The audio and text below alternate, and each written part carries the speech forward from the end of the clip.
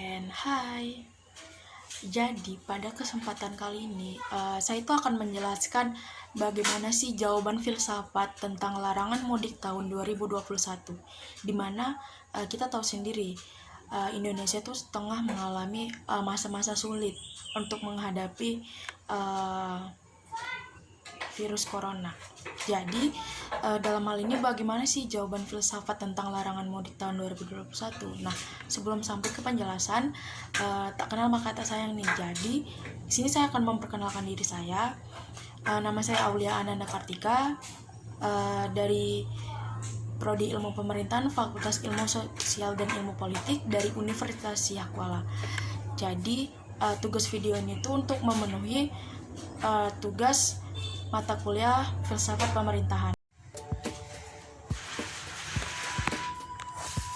Nah, jadi terkait video di atas, pemerintah tuh resmi melarang mudik lebaran pada tahun ini, di mana peraturan pemerintah Menteri Perhubungan nomor 13 tahun 2021 itu tentang pengendalian transportasi selama masa Idul Fitri 1442 Hijriah dalam rangka pencegahan penyebaran COVID-19, baik itu transportasi darat, laut, dan udara, itu akan dibatasi sepanjang 6 sampai dengan 17 Mei 2021. Nah, di sini saya akan membahas mengenai bagaimana sih jawaban filsafat terhadap larangan mudik 2021. Nah, untuk menjawabnya, saya meminjam rangka pemikiran filsafat dari Hegelian, di mana menurut Georg Wilhelm Friedrich Hegel, itu kebebasan terkait erat dengan akal dengan hambatan saat ini itu untuk berhubungan. Nah, seseorang itu tidak dapat berbicara tentang pembatasan besar-besaran pada kebebasan, tetapi tentang pembatasan sementara atas hak-hak tertentu yang sesuai dengan situasi darurat. Bagaimanapun memastikan kesehatan adalah hak dasar kebebasan bagi semua warga negara. Jadi, konsep kebebasan itu sendiri adalah sebagai konsep filsafat sulit untuk dijelaskan secara singkat, karena klaim bahwa negara itu membatasi kebebasan individu merupakan hasil dari penafsiran yang salah tentang kebebasan. Jadi perbedaan yang tidak dapat dibuat antara kebebasan dan pilihan varian tindakan kita itu merupakan pendapat yang salah, karena berlaku bahwa kebebasan secara umum itu adalah untuk melakukan apa yang Anda inginkan.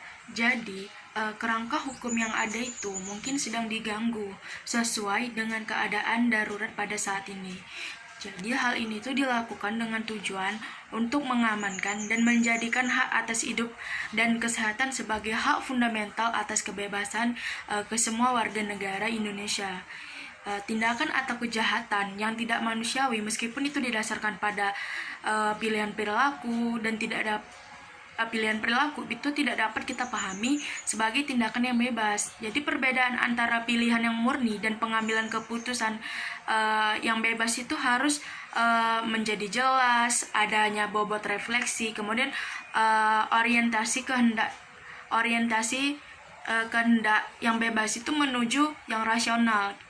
Jadi kritik masyarakat itu pada pemerintahan tidak menuntut haknya atas tindakan yang bebas, hanya bertindak melanggar kebebasan dan hak asasi manusia. Jadi pada filsafat Hegel itu sendiri, peristiwa semacam itu tuh dipahami sebagai keadaan darurat atau situasi luar biasa di mana harus terjadi perubahan yang normal. Contohnya seperti bencana alam, perang, dan epidemi.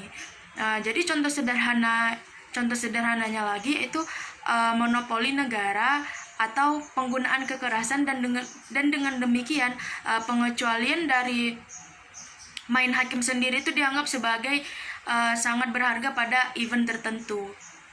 Jadi pada kasus pembelaan diri ini sendiri, di mana adanya situasi darurat itu tuh mengancam kesehatan atau bahkan mengambil prinsip hidup. Jadi jika filsafat itu memandang dirinya sebagai ilmu, definisi konsep kebebasan adalah salah satu tugas intinya.